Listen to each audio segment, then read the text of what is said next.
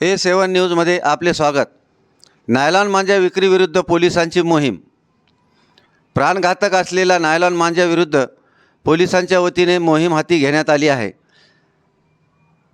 दिनांक 14 जानेवारी रोजी शहरातील आझम कॉलनी भागात पतंगाच्या दुकानावर छापा मारून 13,500 रुपयाचा मांजा जप्त करण्यात आला। मकर संक्रांती सणानिमित्त पतंग उडवण्याची परंपरा फार जुनी आहे, परंतु पतंग उडवित असताना वापरण्यात येणाऱ्या नायलॉन मांजामुळे अनेकांच्या जीवावर बेतली आहे। मानवांसह गुरेढोरे पक्ष्यांना नायलॉन मांजा प्राणघातक बनल्याने शासनाने नायलॉन मांजाच्या विक्रीवर बंदी घातली आहे।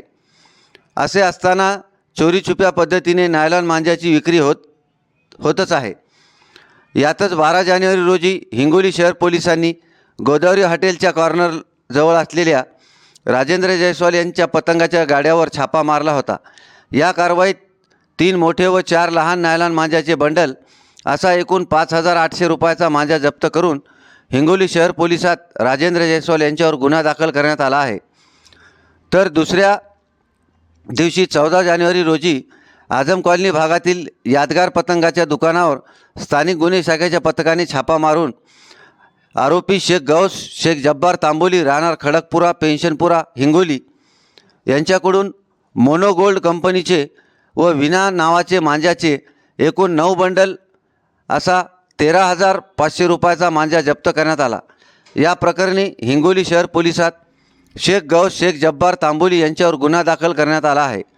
सदरची कारवाई सहाय्यक पोलीस निरीक्षक शिवसाम घेंबारे यांच्या मार्गदर्शनाखाली राजू सिंह ठाकूर, नितीन गोरे, आकाश टापरे, आझम प्यारेवाले, प्रशांत वाघमारे आदींनी केली आहे। दरम्यान पतंग उडवण्यासाठी शासनाने बंदी घातलेल्या नायलॉन मांजा न वापरण्याचे आवाहन पोलीस प्रशासनाच्या वतीने करण्यात आले आहे।